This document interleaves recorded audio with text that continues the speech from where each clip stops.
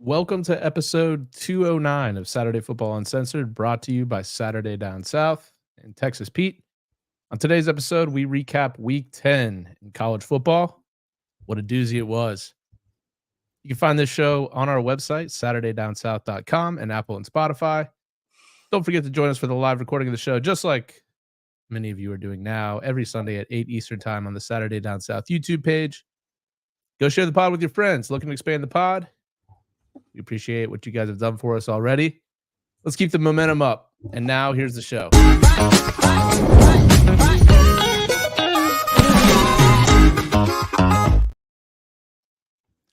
Hey, everybody. Welcome back to another episode of Saturday Football Uncensored, brought to you by Saturday Down South and Texas Pete. I'm your host, Tyler Huck, and I'm with Tyler, I am man Chris Marler for the weekend. Very, very happy. Very, very happy, Chris Marler. I want to start off because I know last week we did a little bit of a musical theme. So I wanted to. You even did it on Feinbaum. I did it on Feinbaum. That was pretty good. So I just want to keep that going. And I want to start the night with just a lovely song. Okay.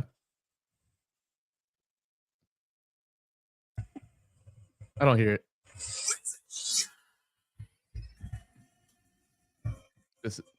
Nope. How is that nothing? All right. Well, that was pretty underwhelming since you didn't. It's not coming through. It's a fail. Well, it was neck, and it's honestly, I believe it's a song. It's an old, I believe, Irish drinking song. It's been woven. I believe that song comes from like the old scripture, Old Testament. Yeah, it's been passed down for generations and generations. And the lyrics are like very wholesome and heartwarming. And in the song, LSU fans say, or slur probably, "Suck that tiger's dick, bitch," which is like, ooh, outside of WAP, one of the most aggressive, I don't know, haikus, if you will, of all time. I will say, you can set out one of those words because instead of tigers, you can say tide. I know that Krista Kissinger is in the chat. Krista, you know that I love you, and you know that you're one of my favorite people, not just in the weekly chat, but in general and from our listeners. And these are beads that you gave me 4 or 5 years ago. You know, it's just peep the button. But here's the thing. I am going to gloat. It's a 24-hour rule of winning. And I just cannot. There's so many parts of this that make it so perfect for Bama fans. And we could start wherever you want to start. But I want to start by saying to every single one of these motherfuckers that came out here in the offseason and told me that the dynasty was dead and Bama was going 9-3 or Bama was going 8-4, unless you are from Athens, Georgia, and you are a fan of the two-time defending national champions, I don't want to hear a fucking word for the rest of the year. Because I told you in the offseason, if you came in and you started talking all this shit about how, well, we beat y'all, new dynasties in town, the SEC runs through Baton Rouge, SEC runs through Knoxville, 2 wins by 4 total points on the last play of the game, both on the road. It's a shock to me, Tyler, that those two teams that talked the most shit got outscored 48-7 combined in the second half of their games against Alabama. It's tough to beat a top 10 team on the road, isn't it? It is. It is. I loved it. I loved every second of it. I'm going to take off these beads because they're going to clang around too much, but I'm going to keep the button on. That's all. So, yeah, I'm happy to start here. Look, the Tide has come a long way, man. I mean, you think back to September 16th, Bama struggling with USF. Mm-hmm. And you're thinking, man, the Tide, the dynasty really might be dead. Yeah. And all they've done is reel off win after win ever since that Texas game. And they've beat some good teams while doing it. And Jalen Milroe has become a damn player, man. Like, seriously. Yeah. Now, we've said, and you actually went on Feinbaum, and you kind of discredited yourself by clearly, like, just trying to fit in Creed lyrics. But you did say. It was my best and also not my best. You did say, got to get the legs going for Milroe, and, man, did they ever. I don't know how we topped this week or last week. I don't know how we do it. And I don't mean just for, like, the show, but I mean, like, personally, I mean, like, the world itself. Dude, last week we came on here, sang a Creed song. The next day, Creed announces a North American tour. Perfect. I got on Feinbaum. Somebody said you wouldn't be able to drop a Creed reference. I dropped 3 different lyrics from Creed in my 10-minute segment. We had a great interview. Last week was just so great. And then, I will say that it's just been so many good weeks of football this year. I feel like we haven't gotten cheated at all. I've really, really enjoyed the season. And I'm just so like blissfully happy right now. I'm getting a text right now from a girlfriend asking me how I'm drinking, and I want to answer it real quick. Happy birthday to the GF. Had a big one this weekend. Not gonna tell you. Send her a snarky tweet. I sent her a snarky tweet this weekend because she tweeted, "What's better than 4 and 4, 5 and 4?" And I just sent her a gift. I was like, "Ew." Well, she's not a big gift fan. I think I did that when we first started talking, and she said, "Please stop being," and I quote, "so millennial cringe." But since then, things have been great. Happy birthday, Willie Gray. You know what, Willie? Happy birthday to you. Look what I found. An envelope. Don't show his address. Don't show his address. Probably shouldn't put the address up there.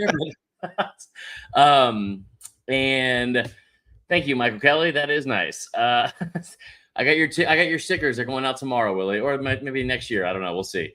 But anyway, all right. Let's get back to the games. I know that I'm going to be all over the place tonight because I had so much fun last night. The Bama game, we start with Bama LSU. Is that where you want to start? Yeah. Okay. So let's start with Bama LSU. This is a game that I was pretty nervous about. I'll be honest, man. Like, I feel like I've been pretty off.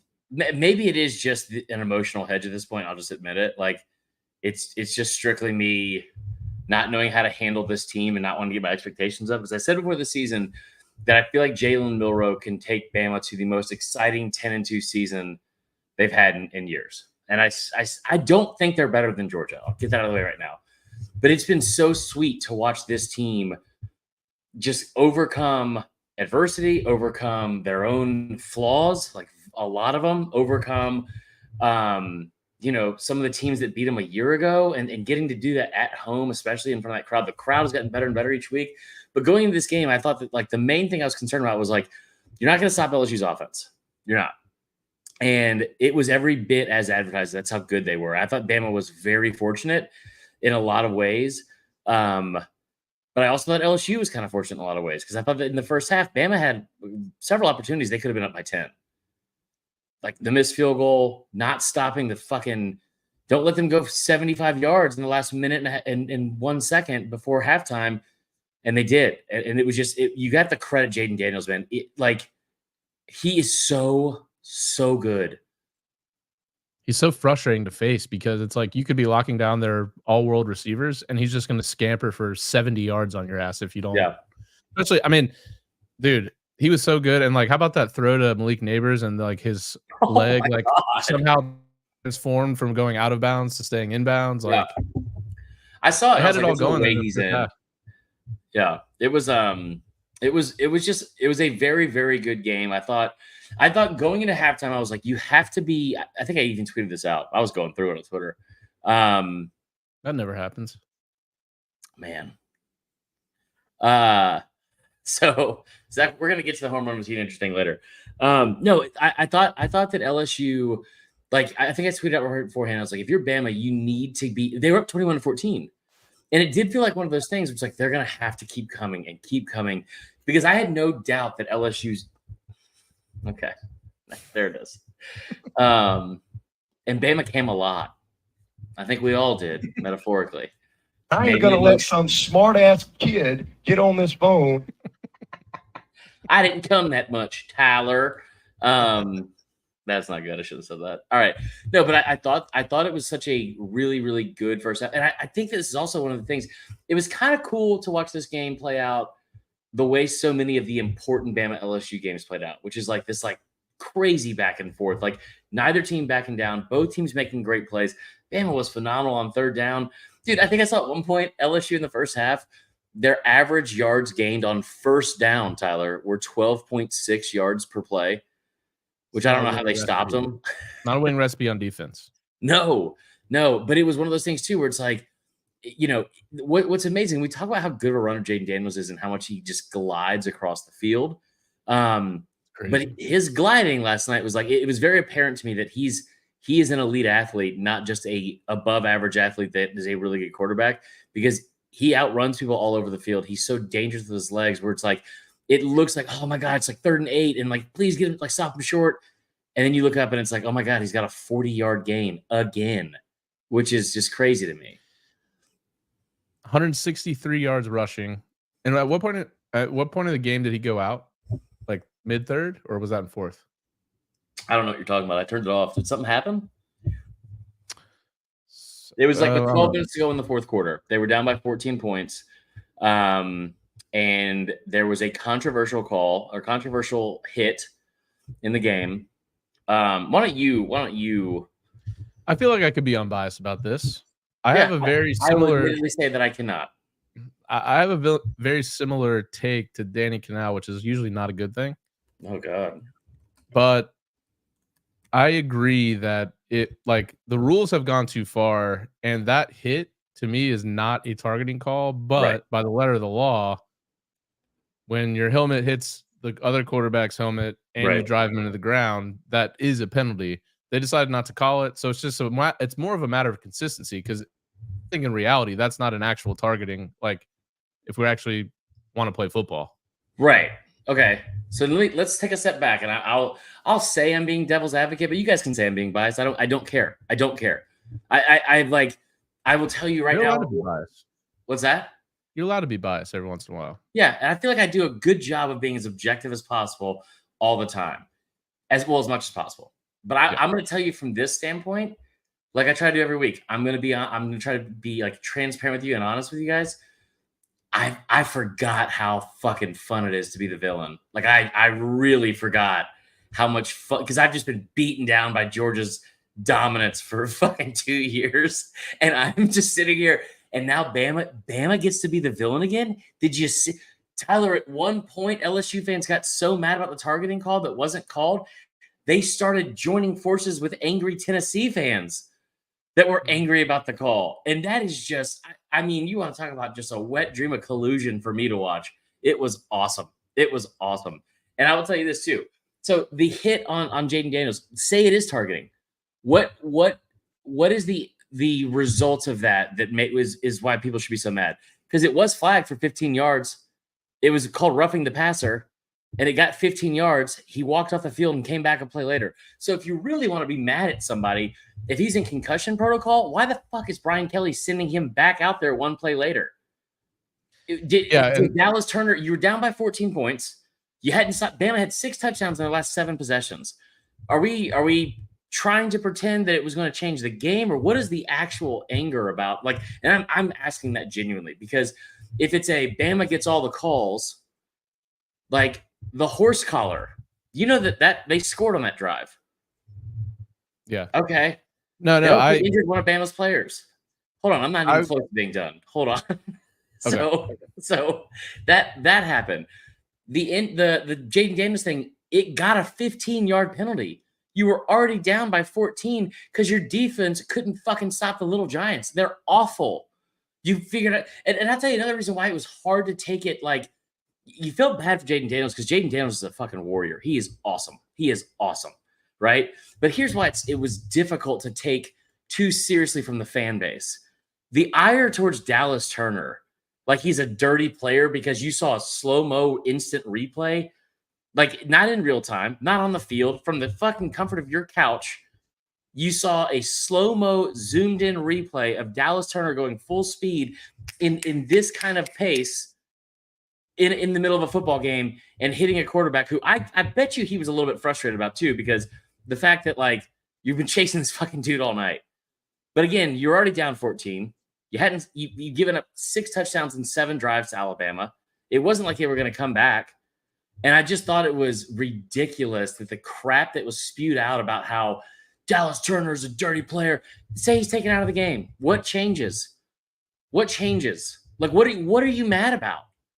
Yeah, so I was going to say that you make a great point. The everything about that play would have been the same, except Dallas Turner would have been out of the game, which I don't think that really would have mattered at that point. Yeah. because Jaden Daniels still would have had to leave the game because he was concussed. You still would have had Garrett Nussmeier still have to come in, and he did move LSU into Bama territory late, but you just didn't have the same offense, and nothing about the game would have changed if that was the targeting. Because you're right, they still got a flag. Jaden Daniels still would have gone out. I mean, the only difference was Turner would have been on the field in the fourth quarter, and he'd be missing the first half against Kentucky. And then this becoming this whole thing with he's got a history of it. And I know Chris is commenting on it right now. It's got a history of doing it with quarterbacks. He knocked out Quinn Ewers last year because Quinn Ewers fell on his AC joint during a tackle. He got flagged for that too, Tyler. Did you know that? Then in like horrific fashion, like we never see in football, against Ole Miss last year, he was running by Jackson Dart and grabbed onto his face mask and like turned his entire head around. You know what, Tyler? That also got called. All of those things were flagged. I don't know. 3 calls that everyone's like upset about that were all penalized during the game. And I just love the fact that we're already back to, well, Bama's getting all the calls, and that's the only reason they won. And now let's get into this for a second too, Tyler, because here's why they won. Jalen Milroe, they opened up the playbook, and Jalen Milroe ran all over the field on that defense. The other thing that was really big and I thought was really impressive was, like, on third down, Alabama was 11 of 14, Tyler. 11 of 14. That's incredible. A lot of that was Jalen Milroe's legs. The last thing I'll say, this is the last thing I'll say about it. If you're so upset about the hit, call your fucking senator. I don't know what to tell you. It got flagged. It didn't affect the outcome of the game. And the bottom line is, if you're an LSU fan, you got your fucking ass kicked in the second half. And really, if we want to lean into the whole villain thing, because I threw out the choose your own adventure on Twitter earlier of what level of petty I should be. I said this, and I'll say it again. Maybe what you're really mad about is not the Dallas Turner hit. It's the fact that you know, and I know, that Alabama owns LSU, and they have, before Saban got there, they didn't lose in Death Valley for 3 fucking decades. They've owned them for the last 13 games. They've won 11 of those. And you start taking a step back and you look at the fact that, okay, well, without a Joe Burrow and the greatest college football team of all time, and without a 2-point conversion in overtime, those combined 2 wins by 6 total points. Without those 2 things, you're looking at an 0-13 in their last 13 games against Alabama. And maybe that's what you're really mad about, because every single time you hype yourselves up in the offseason and try to convince yourself that this is the year, we're finally going to get over that hump. Alabama does the same shit they do to everyone else besides Georgia one time, and that's whack-a-mole your ass back under the fucking surface and continue to go win championships. Like, I don't know what else to tell you. If you're upset about Dallas Turner, get a support group about it. I don't know. Write your senator, call your senator, do whatever. Go door to door and sign a petition for him to get banned for the first half against Kentucky. I don't know. What I do know is that Alabama was 11 of 14 on third downs. Alabama had 507 yards of offense, by far the most they've had in any game this season. And on top of that, Jalen Milroe, 4 rushing touchdowns. On third down, he was 5 of 5 for 156 yards and 2 touchdowns. I mean, you got outplayed, you got outcoached, all of it. Most surprising thing in this game, actually parlayed Bama and the over, so that was nice. Most surprising thing of this game, Will Riker turning back into a pumpkin. Yeah. Just that was tough. Not making kicks at all. That was crazy. But he did become the NCAA all-time points leader. Hold on. And we have, I see it in the comments from Gordy and from Krista. It's why imagine being this angry after your team won. Gordy, I heard I got on national television because one of your former players told me to shut the fuck up and called me a nerd because I reminded all of you how dominant Saban has been and why he brought back the whole program. You guys sat back the entire offseason talking shit about the 1-point win from a year ago. Tyler, I didn't check. Did they see if the field's going to be in good enough shape for next week, or because I know Bama had to have rushed the field, right? It must have been a huge win. That didn't happen. Right. So no, I sat there and listened to it all offseason. I told you why it was a dumb take of why you got to stack seasons, and I haven't seen LSU do it all year. And now we're back. So for the next month, I'm going to gloat until Alabama loses by 10 to Georgia. Bama 67% success rate in this game. Unbelievable. 7.5 yards per play. Crazy enough, LSU was at 8.1 yards per play. But yeah, Jalen Miller was incredible all night. I feel good for the kid, man, because I feel like he took a lot of I don't know.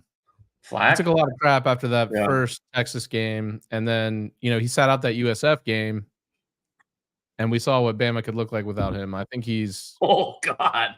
clearly the MVP of the team this year. Yeah. And I'm not necessarily sure I thought that would happen, to be honest with you. I mean, he's been No, really not good. either. We got a lot of voicemails this week. Did we really? We got some Bama ones and some LSU ones to play. We'll start pregame. Pregame. Mr. Spoon called in pregame. Let's see what he called here. Okay. Good morning, Uncle Chris, T Huck. It's your guy, Mr. Spoon, back at you again. Going to Tuscaloosa this afternoon for the showdown in T-Town.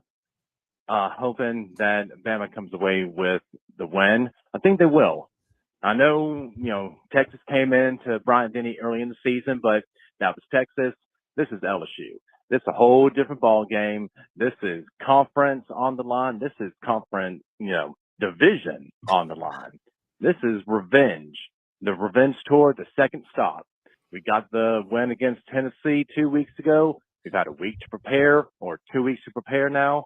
I think we're going to come out healthy, aggressive, and just flat out tenacious. Ooh. I mean, we are going to get after Jaden Daniels. We are going after those little kitty cats from Baton Rouge, and we're going to send them home in a big old gumbo soup. So my prediction here, Alabama gets the win. I think it's going to be, I'll go 34-28. I'll do 34-28. Not far from it. But hope you boys enjoy your Saturday. Roll Tide roll. Roll Tide roll. Let's get it, baby. Hey, let's just go strictly to the ones after the show, because I didn't realize that my angry lashing out irrationally took over 20 minutes. My bad, guys. Oh, so you want to move to Georgia, Missouri? No, just go play the voicemails from after the game. Yeah, and another thing too, Gordy and Krista, the fact that you guys celebrate eating cakes with babies in them is fucking weird. Okay. Fair. Yeah, I know. I said it. Tyler, Chris, it's your long time listening, occasional calling fan here. I always say you guys got the best college football podcast out there. Say it every time because I mean it. Appreciate what you guys do. Sitting here just celebrating the victory over LSU. I won't be long-winded. I'll just keep it short and sweet. I'd like to tell the LSU collective fan base that they stink, they're corn dog eating, they're drunks, and they can go get their fucking shine box. Roll Tide. Okay, here's the thing though. Corn dogs are fucking delicious, and I've never understood that slander. Like if somebody's like, "Oh, I don't like Marler because he smells like tater tots." Like one, it's probably because I was eating fucking tater tots like right before you saw me, and then two, like tater tots are delicious. Put that in a. I tell you what, if corn dogs were like in some dramatic commercial with Johnny Depp in the desert with wind for no reason, and he was shoveling sand into his fucking back pocket like that weird ass cologne commercial. I'm a Rooster Illusion. Then people would love the smell of corn dogs. Okay. I don't know. Take. Yeah. All right, let's go. What's up, guys? Spam Bo here. Just enjoying a few brewskis with my boy Log after the Bama dub. I'll make it short and sweet for you guys from me. But y'all smell that? I smell Atlanta. I hear a little bit of dogs barking in the background. But really, I hear. That's what I hear. I'm scared. Something in the air right there. Yeah, let me know what y'all think. Hey, guys, this is your boy Logan. Also, after a couple of brewskis, I've come to the conclusion that Dallas Turner is in fact the quarterback killer, whether it was last year with Ewers or this year with Daniels. Why? I hate to see that he went down. Wasn't what you really want to see, but hope he's all right. Everything you brought Anyway, up. overall, the boys kind of had me a little stressed out, a little too early in the game. But the second half adjustments, we came through. They did it. I didn't think I'd have faith in this team, but here I am having faith in this team. Hope you guys enjoyed the pod, enjoyed the enjoyed the damn game, and I hope to hear this on the pod. I'm gonna go back to my Michelob. See y'all. Michelob. Oh, Ultra. It's an interesting choice to brag about the Michelob. One of my favorite bars in Columbia, we used to go to when I used to work here. It's called Red Hair Saloon. It was right across from where I worked, and they would have dollar beer nights every night. So there would be like some shitty beer that everyone forgot about, and like that'd be nice to be like, yeah, we got Michelob. I'm like, oh, cool, like Mich Ultra. They're like Michelob. Like, is that where are they making that at? And then he's like, yeah, it's Michelob Ultra. No, it's just Michelob. It was gross. Okay. I like Logan. He started off. I thought it was going to go downhill, but he really recovered during that. Yeah. Until the end when he bragged about the Michelob. What is Chris has been a really good sport. Now I feel like a huge dickhead because she's just sat here in the paint and taking it. I know that we've got one more Bama call and 2 LSU calls. Just play the LSU ones. All right.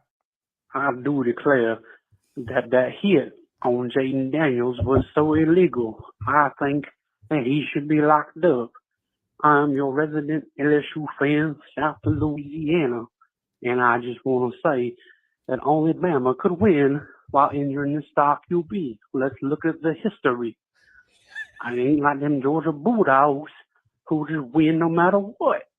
Ain't no taking out no star wide receivers. Ain't that right, Chris? Now, Brian Kelly talks about family, and that's what we about. We're about that family.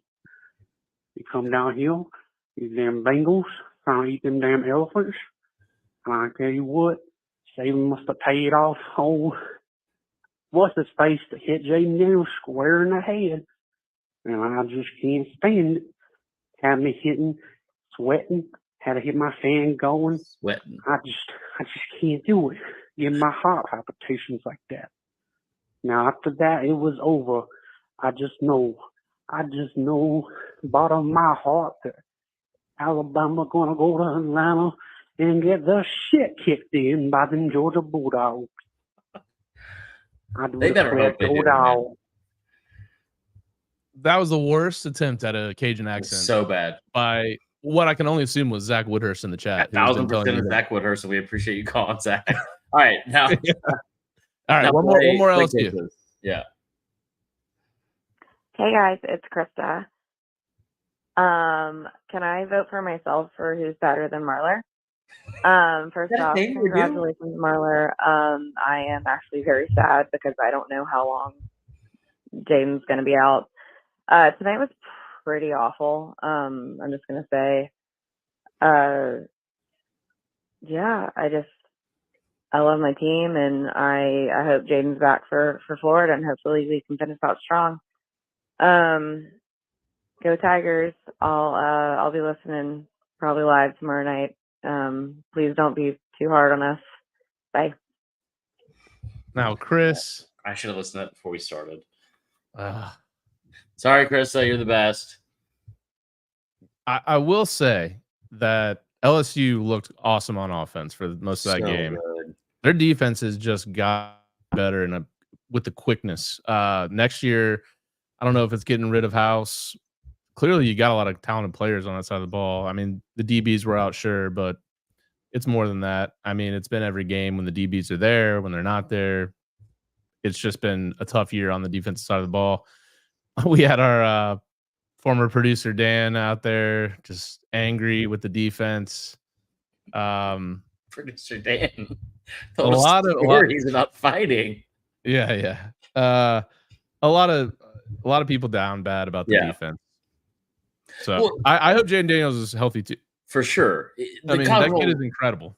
He still deserves to be the front of the Heisman, I feel like, because, like, dude, think about the numbers he still put up in that game alone. Do you know how many yards? Do you know what LSU averaged rushing in that game? Yards per rush. Yards per play on rushing was 8.3. I said guess. I didn't say look it up, dickhead. Well, it's in front of me because I want to know. It's 8.6, but yes. I just thought that was so impressive. I thought it was so impressive. I saw today, and I think I've like the thing that sums it up most. And I hate to even say this because regardless of how much of a dickhead I've been through the first 30 minutes of the show, I will say, I know, I will say that it. I saw a post today from One Team One podcast who posted the anger that a lot of fans that he has is towards the defensive coordinator Matt House, because you have wasted a team. This offense, man, is in like Caroline Fenton like brought it up, like statistically it was like right up there with 2019 LSU, which is the greatest offense in the history of college football.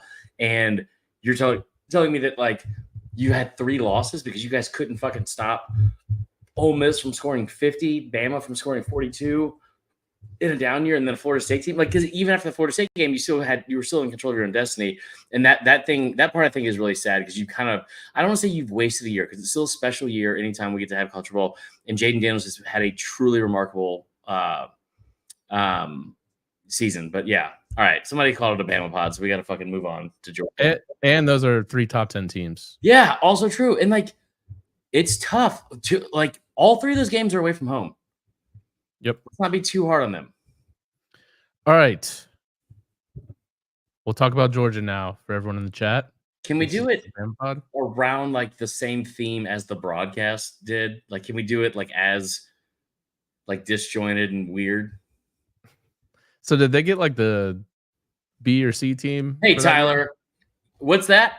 Yeah, absolutely. So we're here right outside of Atlanta in beautiful Georgia University at the Arches. Between the arches is where they say the dogs come to play. And touchdown, Georgia. And Reggie Miller's looking good. It was the worst broadcast. I'm not gonna drop names here, but I will tell you that was a CBS broadcast. And this was a weird thing because CBS had 3 different games on. They had Rutgers, Ohio State at noon. They had Georgia, Mizzou at 3:30, and they had Bama, LSU at 7:45. And you knew Bama was getting the A team. So this B team, it's not like they were just like thrown together. Like they do other games, like on CBS College Sports Network. Aaron Taylor and somebody, and I forgot who the sideline reporter was, but it was so egregiously bad. They called Brock Vandergriff like Clay. Chase? Yeah, Clay, yeah. Vandergriff. At one point on like an extra point, they were like talking about like a fake, and they're like, and Carson Beck, or it was like a field goal. It was like Carson Beck is the holder, and that is almost never the case in football. Like you almost never see the quarterback being the holder. I'm like, what are you fucking talking about? The whole thing was so weird, and it was on CBS. One of the people that works for CBS, more on the writing and video side, texted me and is like, dude, I know this is my company, but this is awful. Like, this is awful. And then somebody from ESPN DM'd me and was like, I'm getting ready to go do my game like tonight, and this is one of the worst broadcasts I've ever seen. Like from top to bottom, it's egregious how bad it was. Yeah, but that's not the story of the game. Obviously, huge win for Georgia. Maybe a little closer than most people thought. Missouri was actually leading in this game 13-10 early in the second half. But Georgia answered with 2 straight touchdowns. You had the 15-yard run by Kendall Milton, and then you had the throw to Carson from Carson Beck to Oscar Delp. Of course, you had the huge play from the huge man, Nazir Stackhouse, with the near pick 6. My man was just rumbling.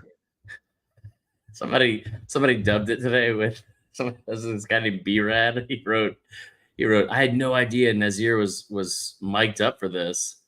And it was just the audio from like the fucking TikTok is like, fast as fuck, boy. I'm fast as fuck, boy. I was dying. Yeah. I don't know, man. Were you, at any point in this game where you're like, man, Georgia this might be it? This might be the end of the streak? Or did you think that, I mean, because I was impressed with Missouri. So I'll start there. I will say I thought I had nothing but positive takeaways from this game on both sides. I tried to write a very lengthy comment and response, like reaction to the game. Some fans, and I will say that it was a minority of the fans. There was very few of the fans were outraged by me bringing up the refs' involvement in the game in general. The refs were an impact for both sides. They were awful all day. It was so weird. It was just the whole. It almost like what made me kind of frustrated about it was the broadcast and the officiating kind of took away. And I was worried, to be frank, I was worried they were going to impact the outcome of what was a really, really great game between two really, really good teams. I think my biggest takeaway from all of it was how impressed I was with both teams. And I think that Missouri is a team that I say all the time, they get shit on for no reason, just for no reason at all. And I was so impressed with how they looked up front on both sides of the ball. They were physical. I mean, if you would have told me that the key to them staying in the game was going to be them running the football, I would have thought you were crazy. And that's what it was. They were able to run the football, that stretch play. Like it was effective all day. I thought Brady Cook was really good for about 3 quarters.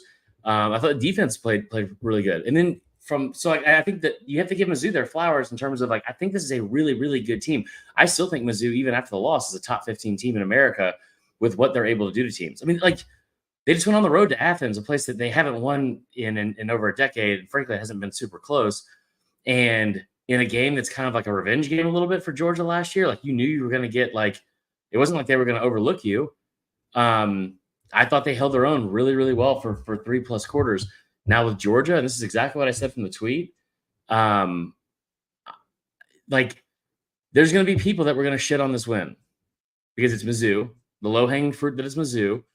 And then the whole thing about how, they looked bad and blah, blah. It's like don't let that happen.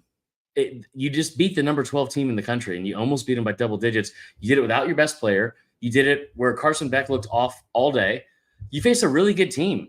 And you did what you do best, which is you forced them to make mistakes. You sit there and you just like I compared it to like a boa constrictor. You just kept squeezing and squeezing and squeezing until finally they make a mistake. And then next thing you know, you're fucking done. And you can't that's what makes elite teams like Georgia so good is you cannot make mistakes and expect to win. You have to play a near perfect game to beat them. And, I was just really, really impressed. Like Carson Beck didn't look great, but he was never rattled. Not once. I was super impressed how he used his legs. I just, all the way around, man, the defense made plays when they needed to most. I just thought it was a great win for Georgia. And I thought it was a great game played by both sides. Yeah, point in the chat too. Mizzou coming off a bye, had 2 weeks to prepare. Part of why they looked so good, but I mean, Georgia clamped down. I mean, it was certainly the score 30-21, but both teams didn't reach 400 yards of offense, which I think is pretty rare for both teams. Yeah. So it was a good defensive effort from both sides. Cody Schrader, 112 yards and a touchdown. Shout out to him. One of the few white running backs out there. Good for him. He's like one of two. Yeah.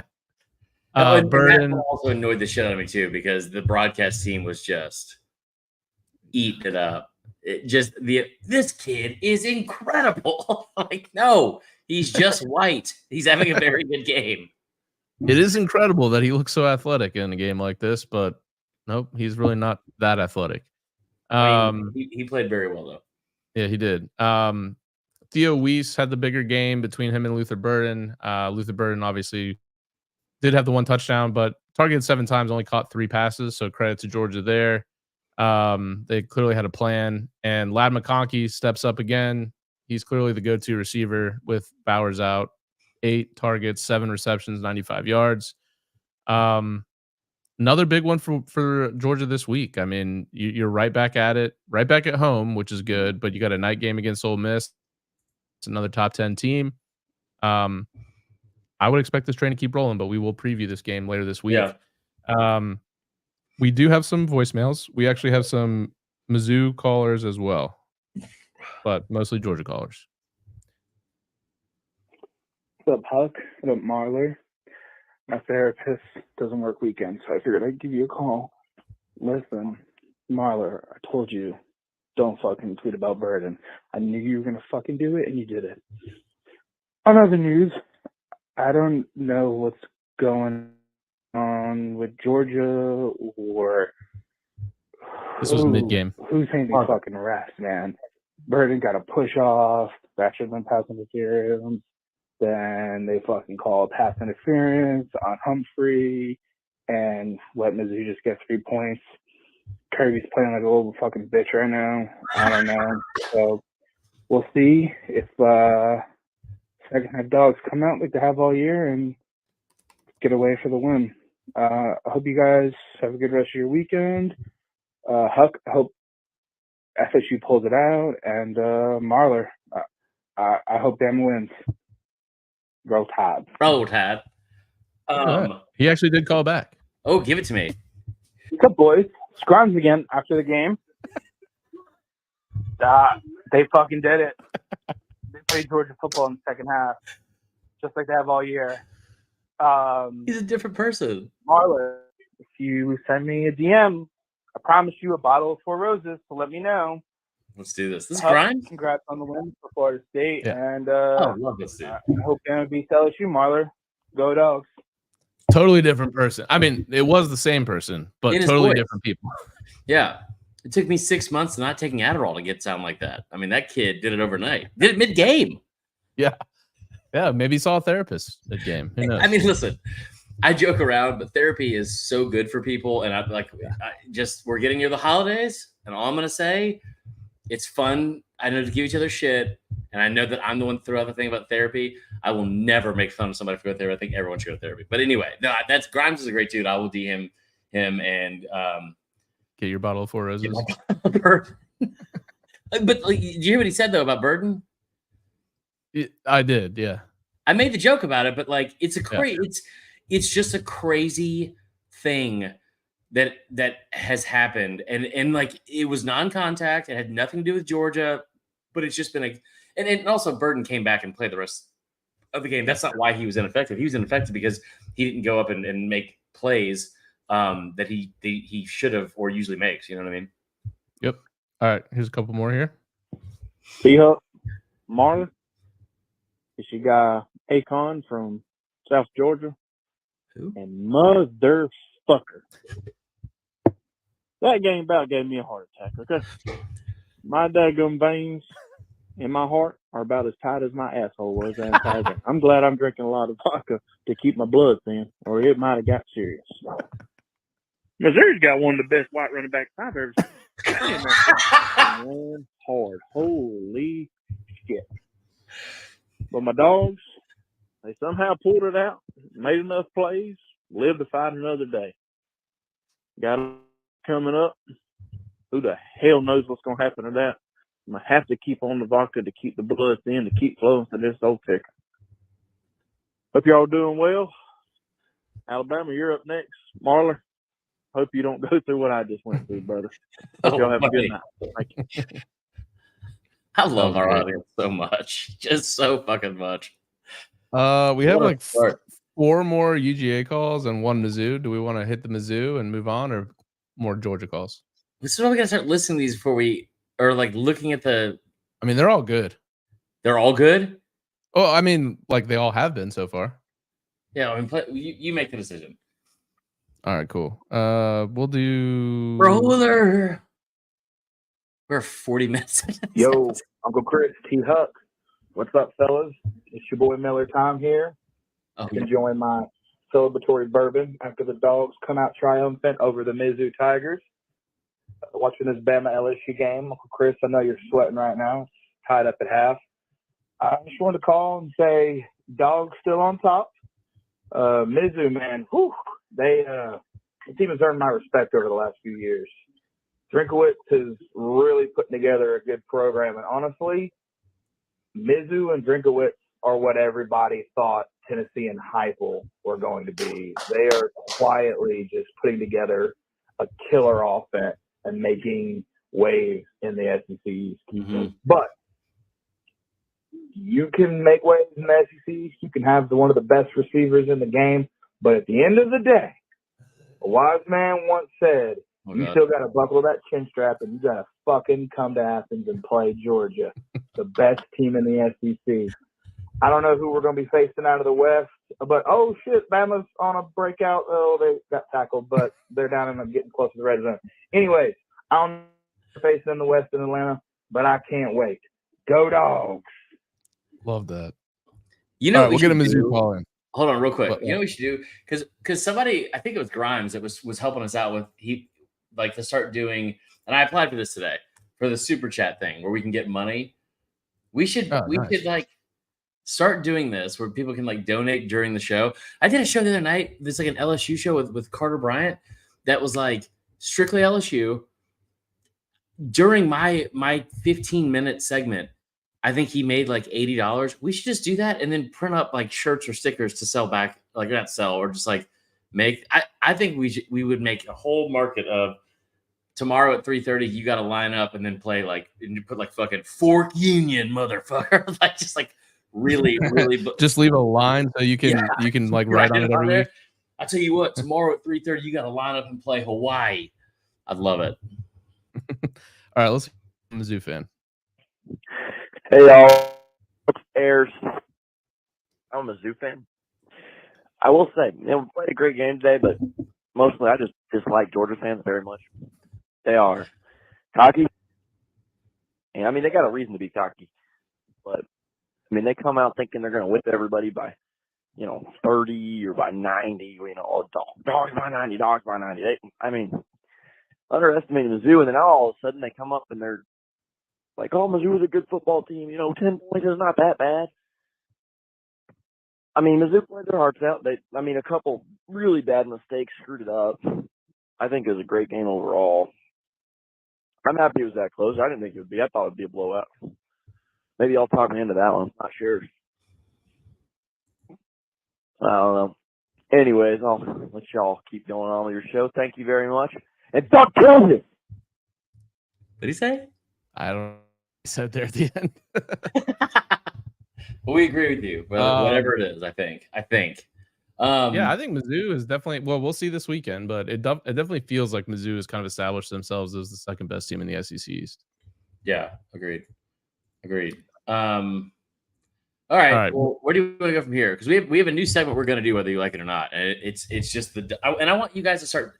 Let's make the announcement now. Let's start sending us throughout the week. Maybe it's to S or Sat Football Uncensored on Twitter, or just DM us directly, Vern Funquist on Twitter or Instagram.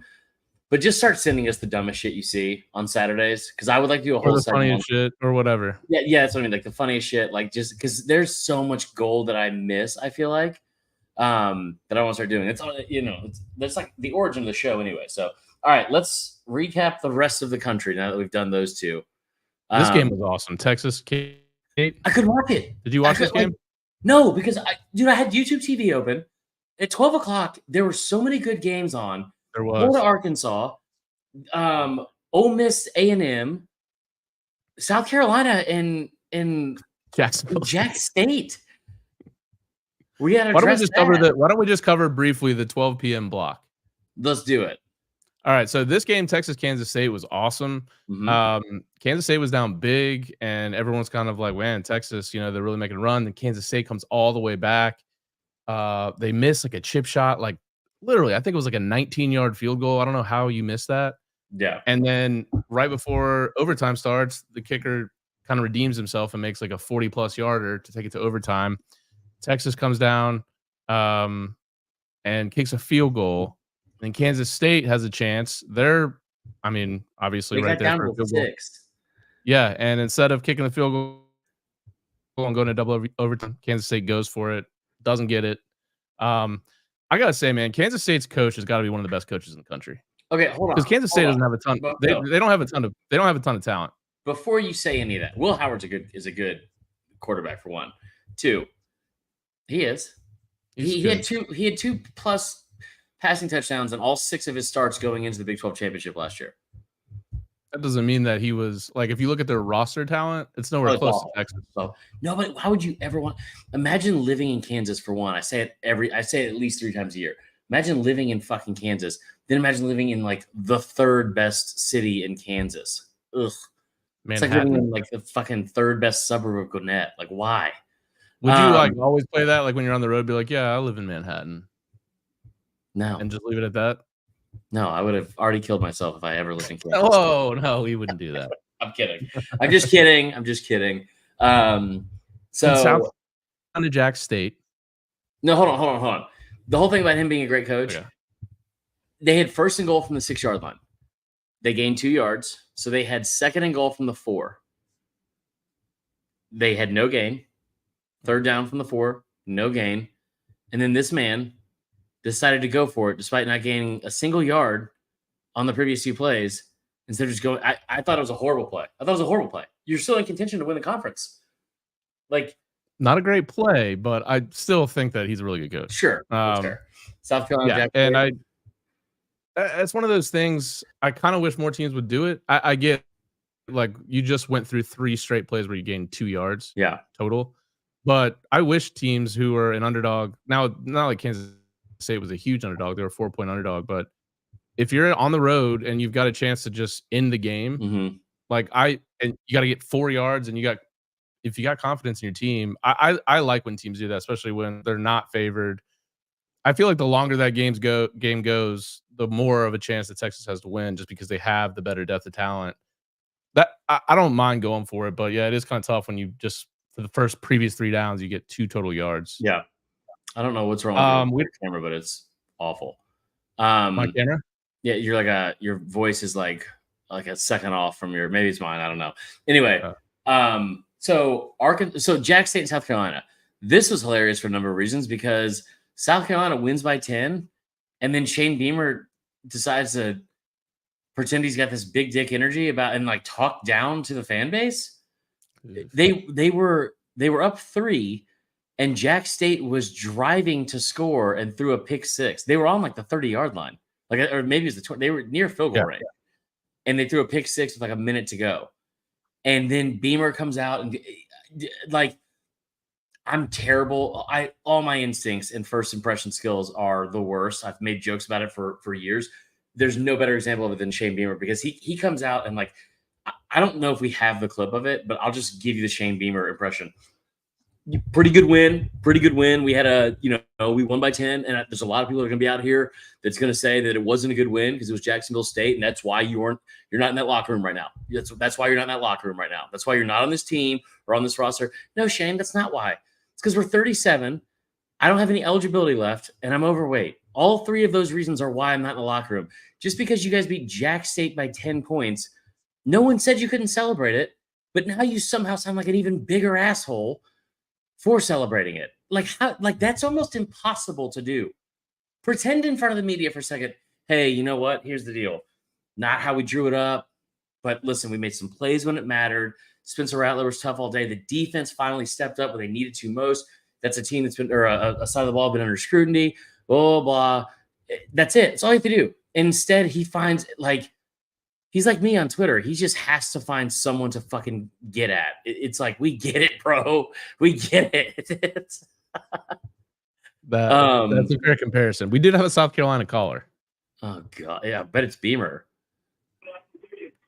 Tyler, Chris, what's going on? This is Jonathan from Atlanta. Watching this South Carolina Jacksonville State game, man. Tell you what, man, I don't know if you guys let me know if y'all have ever seen a defense as bad as this one. I mean, missed tackles after missed tackles. I mean, number 52, Stone Blanton. I've been watching this kid all season. I mean, what the fuck? This guy is slow as hell. I don't know what's going on, dude. Beamer, I think Beamer might be a little bit soft. I love Beamer, but dude, we play so effing soft. It's pressing, you know. So I got the crown apple out, so we're gonna try to, salvage this night and this afternoon. We'll see what happens in the afternoon and the late slate. But hey, if you know a Gamecock fan, man, you got to pray for him. All right. Yeah, look, I mean, you're not going to be in a good place after that game. I actually bet Jacksonville State money line plus 550. I was feeling pretty good about that. That's surprising that it was a 15-point underdog and only 550. All right, Florida, Arkansas. Now, we try to do this sometimes. Let's build you up before we break you down. Positives. I thought that Arkansas, it was really cool to see Sam Pittman cool his hot seat a little bit. It was really good. I thought to see KJ Jefferson make one more KJ Jefferson stand where it's like, because I don't know what the rest of that schedule looks like. I know they got Auburn, but like in the games on ESPN, Florida's this whole blackout. You're on the road in different environments where it's like, where you have, what do you call Noel Hottie just texted the show and said, definitely Beamer wins between Dabo, Jimbo, and Beamer this week for that new segment we really need to actually do. Dabo was insufferable, but Dabo was insufferable. But no, I thought it was really good. The KJ Jefferson and all, like they went down to the Swamp, a place I don't think they'd won in like last like 9 times they've been there or something crazy, and they got a really good road win. For Florida, I thought it was impressive you were able to battle back after going down 14-0 in the first like 4 minutes. But here's the thing, man, that game lies solely on Billy Napier. And what really bothered me the most out of seeing it, because like you had so many opportunities to win that game and didn't. It like including a 44-yard field goal and at the end of that regulation, which that's not his fault. No, I mean you got to. Arkansas is a 2-win team. You can't be a 2-win team for a win at home, and they had a brand new OC, interim OC that had never been an OC before at all on the road at home. On the road. 39 points. Dude, and what was the saddest part about all of it, right? They get to overtime, like, because not only did you like you scored to take the lead with like 2 minutes to go or 3 minutes to go, and then you give up like a long. Was it like a field goal or something like that? And then you go back and you miss the game-winning field goal. So you go to overtime. You have to kick a field goal to start overtime, and so Arkansas gets the ball, and you're already like you start at the 25, so you're already well within Cam Little's field goal range. Like he's I think in my opinion he's the best kicker in the country. Like he just routinely hits like 52 yarders, and they go to like the top of the net. Like it is fucking ridiculous how good he is. But the other part of it is the very first run is 1st and 20, Tyler. They back him to 35. The very first run, KJ Jefferson, he gets pressure in the pocket, so he steps up the pocket and starts scrambling. And the absolute lack of want and will and desire to tackle from Florida's team, they had given up. And that was pathetic to watch. Dude, I saw that effort. I actually tweeted about it last week, early against Georgia. Yeah. Jason Marshall, I don't want to hate to single kids out, but I did on Twitter. And the kid just wasn't even trying to make a play. Like, I don't know. They got something going on there. I thought it was funny. I don't know if it's what he said, but after the game, like Jefferson was coming off the field and Florida's DC came over and like dapped him up, and like he dapped him up and he took his helmet off, and someone on Twitter like said, "Oh my God," he said, "Who is that?" Did he? Yeah, Jefferson said that about the DC of Florida. I also love the moment after when the lady, the sideline reporter was like, "I bet you're gonna want to enjoy an old cold beer after this one." He's like, "I definitely will," or something. I thought it was cool to see like a kind of a vintage Sam Pittman moment. I don't know how many more of those we're gonna get. Yeah, for Florida, look. I don't think it's an excuse, but they did have they were down 3 defensive starters to start the game, including their leading tackler, Shamar James. Mm-hmm. Also lost Jack Pyburn, their other linebacker, and TJ Searcy in the second half. Yeah. So they were down some talent on defense, but now you find yourself your final 3 games. You've got 5 wins. You got to play number 13 LSU on the road at night, Missouri, and then home against Florida. Have fun. Yeah. I don't know if the Gators are going to be bowling this year, and that really does a lot to their. We do have a caller. I don't think we have time for the caller. Hey guys, it's the Florida resident. Just watching the game wrap up of that overtime loss to Arkansas. Told y'all a couple weeks ago, we probably won't win anymore going down the stretch. It looks like that's coming to fruition. I don't know how we lost this game. I don't know how Arkansas scored 30. 39. Tyler. I have no words. But, I mean, I know we're getting offensive coordinator next year, and we'll keep hopefully most of our recruits. So, whatever. At this point, I don't really give two shits at this point. I'm just going to watch just to watch, but I got nothing. I real deal got nothing. Yeah, Billy fumbled the bag on this one.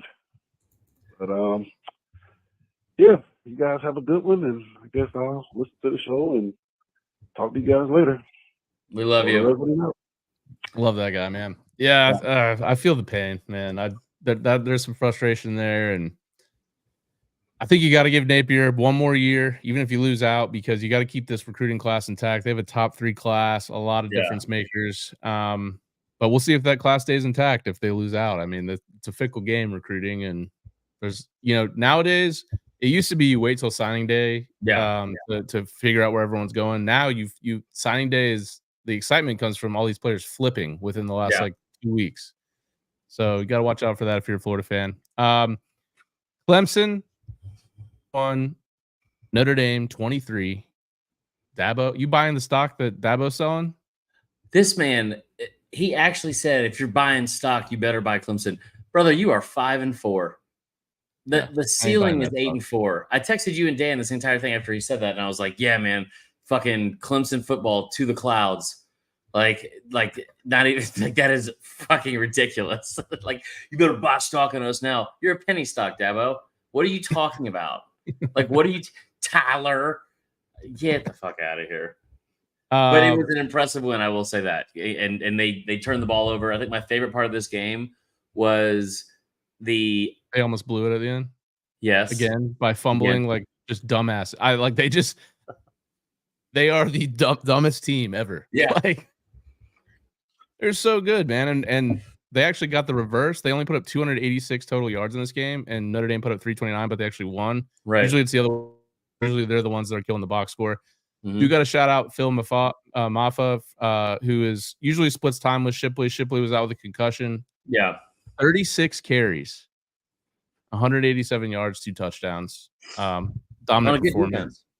Yeah, on a good defense. So, big win for Clemson. Obviously, Tyler from Spartanburg was getting just love everywhere. I mean, they were dropping his name on the broadcast. Awesome. Yeah, like if that kid wasn't a plant, which a lot of people are talking about now that he is a plant. Yeah. Then he probably got what he wanted, which was a lot of respect. Let's go to this one real quick, because this was a really good game. Shout out to Ole Miss, who's seen some really good games over the last 2 years in Vaught Hemingway. I thought A&M was going to pull this one out. Max Johnson continues to be the most frustrating quarterback in the country. And I think it's strictly like if you're betting on him, which I was doing, because I thought they were going to win. I pushed in this game because they won by 3.5, right? I got it at 3. Oh, I got it at 3.5. I was very nervous about this because I think I had to start the day. I had I don't know what the fuck I was thinking, but I was like Baylor money line for sure because they were playing Houston, Notre Dame money line, and then Florida money line. So I lost all 3 of those, but those were 2 of those 3 were in overtime. But I had in this game, I had Ole Miss to score first, and they did right down the field, and then what do you call it? Ole Miss to score first, and then A&M plus 3.5. This was a game. We said it in the preview. I was like, I just feel like something stupid is going to happen. And lo and behold, Ole Miss is up 14-0 on the doorstep of going up 21-0, and they're down to the 6-yard line. Next thing you know, penalty, something, and they have to line up to kick a field goal to make it 17-0. And really had a chance to put the nail in the coffin early in the first half, I think, or maybe it was early in the second half. But they get a field goal blocked, and A&M returns it for a touchdown, and just like that, they're right back in it. But Max Johnson, man, he just does stuff every game where you're like, what are you doing? It makes my blood pressure rise just talking about it, because he holds onto the ball until the very last second. And then A&M had a player get ejected. dude, my man just went, no pun intended, just balls to the wall. Dick punch. And just went full out dick punch on that guy. You don't see that a lot. That's a move that I can't respect. I can't respect that move. Dick punch. He like they showed the replay and the Ole Miss guy like has him on the ground and stands up over him, which is like this has become this like very disrespectful move. Like you're standing over someone, your dick and your junk is like right near their face. And it is an absolute symbol of disrespect to what you're doing. And he knew what he was doing. And and then he just stood there because the official saw him. So he just stood there and said, I'm not doing anything. Didn't move, didn't try to get off of him. And the guy like pushes himself out from under his like grundle. Uppercut. And then it's just bam, just forearm to the dick. And then he gets tossed out. And then my favorite thing was today, Kiffin tweeted about it and then like tagged the kid from Ole Miss who's like, great discipline, fantastic discipline here, and then like tagged the video. It was like, Jesus. Big game coming up for Ole Miss. Yeah, it's a game to me that you don't see Kiffin win a lot. Like these games that we're hyping up where Ole Miss is coming in like something to prove, but we'll see. You know, it's a big opportunity for them. So, but they still need Bama to lose to either Kentucky or Auburn, right? If Bama beats Kentucky, they clinch. Okay, yeah. So, that's right, because Bama's only losses out of conference, right? So, but still a lot to play for. You're a top 10 team. You go on the road to Georgia this week. That's going to be an electric atmosphere, no doubt. And I'll be interested to see how Ole Miss comes out in that game. Yeah, night game. Ridiculous. The only other thing I just want to, we didn't talk about Bedlam. We need to talk. So we can talk about Bedlam and we can talk about USC Washington with the other segment. Okay. You want to do that? All right, let's get into the new segment then. Okay. How do we do this? You're so far away. Here, I'll start sharing some of these. I wanted to share one personally. I only brought one to the table. Okay. But it's a good one. Did you see the Kentucky-Mississippi State game? No. At all? No. I didn't either, but I did see something from the game that was quite incredible.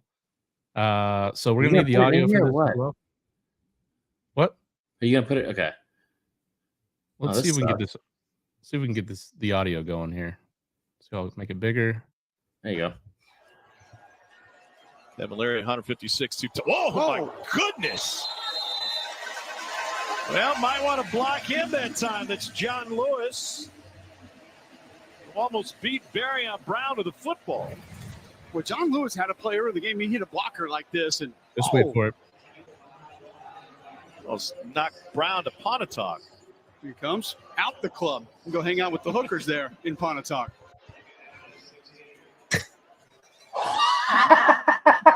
Cole. Dude, so there's silence.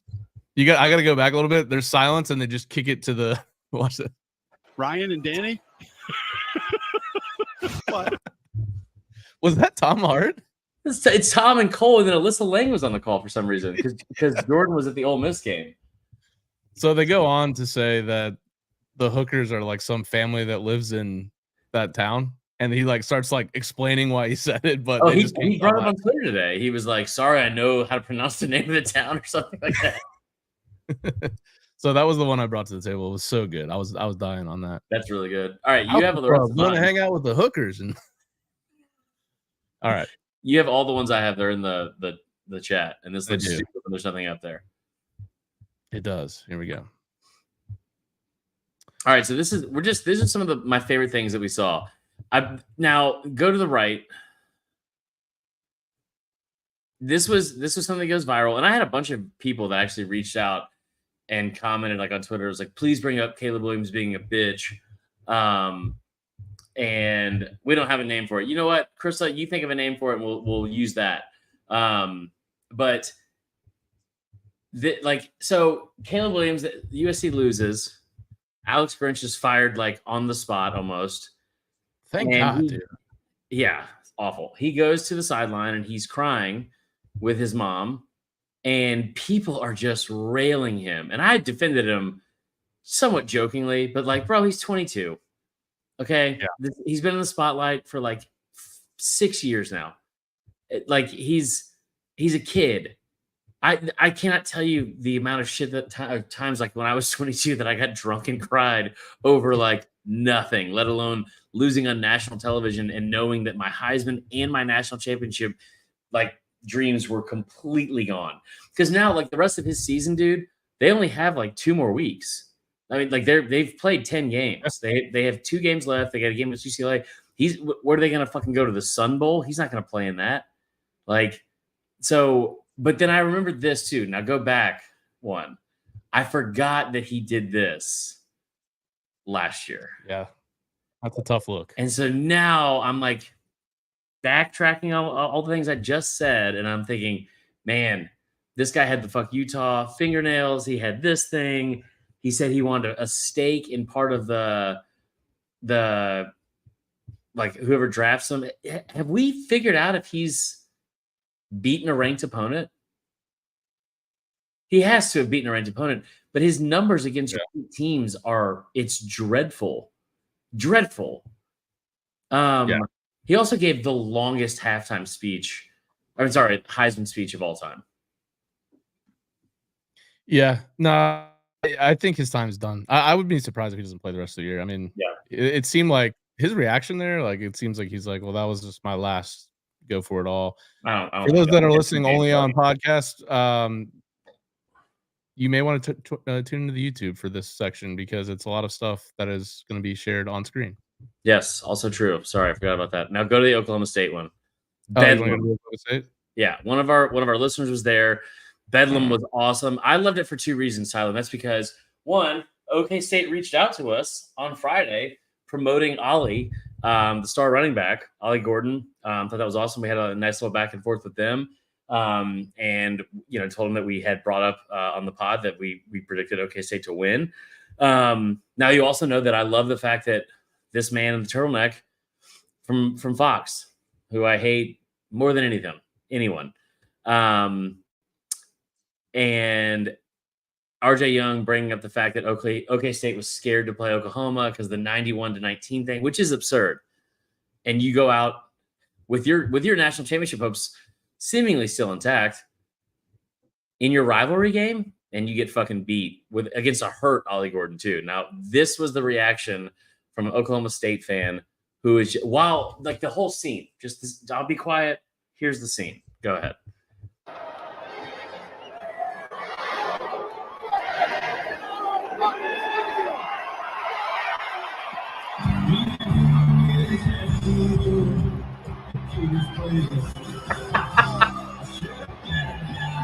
Now, for those of you listening to the pod and can't see it, it's just the most average-bodied, mid-40s dude. Just jeans, tennis shoes, and a fucking OK State Hawaiian shirt. And he is sprinting across the field because they've rushed the field. He is sprinting across the field. If you look in the background, by the way, right there, the guy in the white hat, that's Eddie Radisevich, the guy from we had him on the pod. Yeah.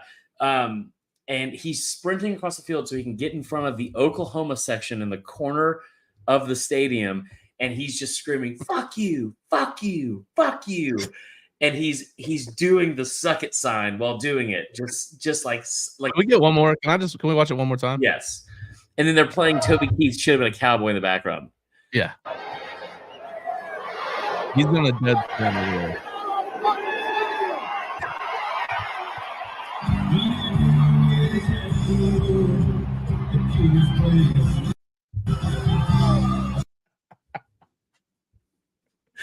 That is the best thing. Look at that hand. He's got a little bit of Kip, A&M cheerleader in him. Also, That's Michael incredible. Kelly, appreciate you, bud. Throwing out the podcast listeners, make sure you watch the YouTube, give the boys some views.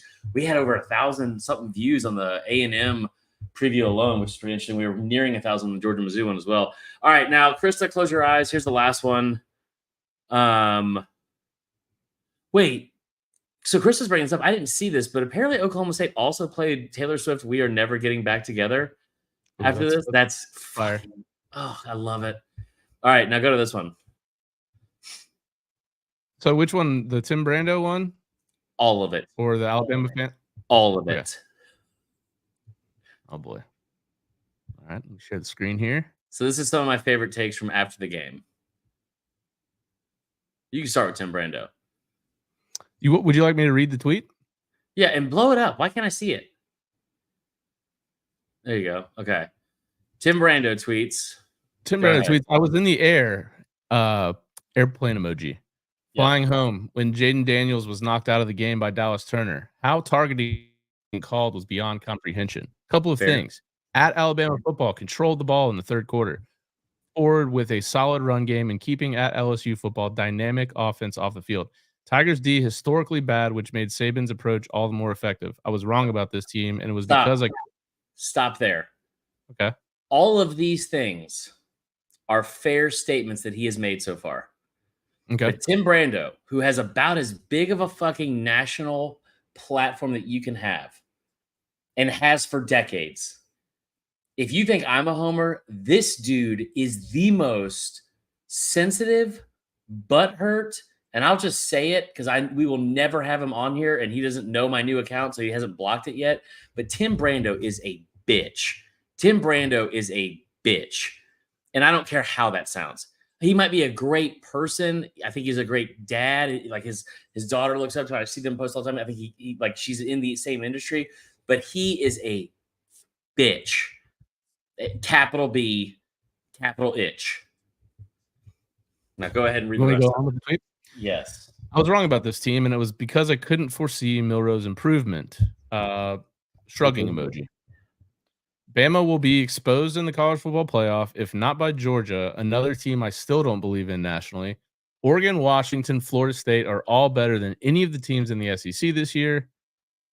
Oregon, Washington, Texas are all better than the two best in the SEC this season. You know, I think he makes a great point here. Here's my main issue. Here's the thing. When he says the word exposed, what does that mean? Are we all the sudden like no, Bama is an 11-2 team. They are going to win out, and they're going to get beat by double digits by Georgia in the SEC championship. They're not going to make the playoff. They're not one of the 4 best teams in the country. But exposed, you mean just they're going to get beat, and this is probably their ceiling? The reason he's upset is because he is such a fucking LSU homer, and I love it. I just love it. I just love it. Now go to my final favorite one. This was wild.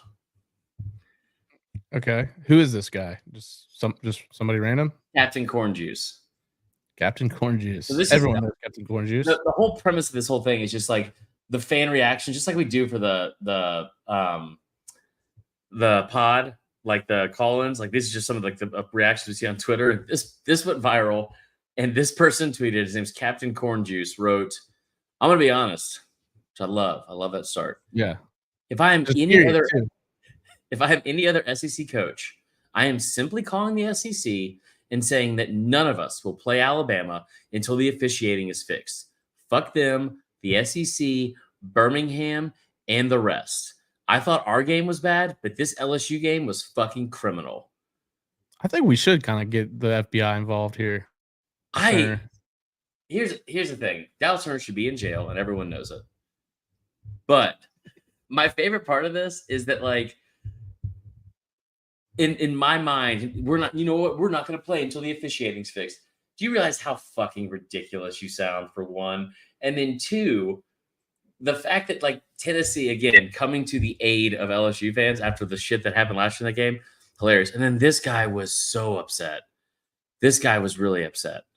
So this is another random on Twitter. Alabama fans in my mentions. Here is Devin White being ejected before we played you in 2018. I don't. That was a hit from 5 years ago, Tyler. What are we doing? What are we doing? That's a strange reaction, I will say. It was like, but my favorite part of that whole thing too, and I think I tweeted about this because his entire feed was just one after the other after the other. He made some comment about how he was like, like the thing about Devin White, and all I could think of was like, I remember that happening in 2018, and this is the last play I'm going to make. I remember that play happening in 2018, and it was a bad call, and he should have never had that call made on him. And then he had to miss the first half of the game against Alabama. And I remember like it was yesterday. And Krista, if you want, you can back me up on this, but you don't have to. But I remember going into that game, there was a conspiracy theory that because still the Bama gets all the calls. Wait, that was LSU's punter? Oh, he also played minor league baseball. Yeah. Oh, okay. But he made a comment that was like, a lot of fans made a comment that like it was clearly the SEC trying to make sure that Devin White was out for the first half of the Bama game to help Alabama out. And they talked themselves into how unfair it was and blah, blah, blah. And it was like a top 3 matchup. I think Bama was 1, they were 3. And it was just all week. That's what it was. And then they lost 29-0. And then afterwards it turned into that's why they lost. Go here. Now zoom in. Okay.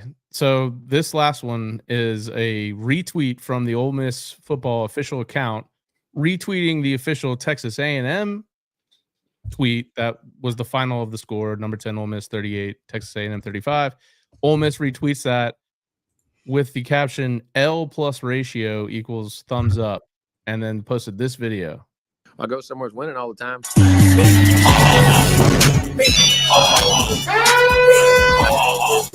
Ole Miss grad who boarded a plane and sat down in first class.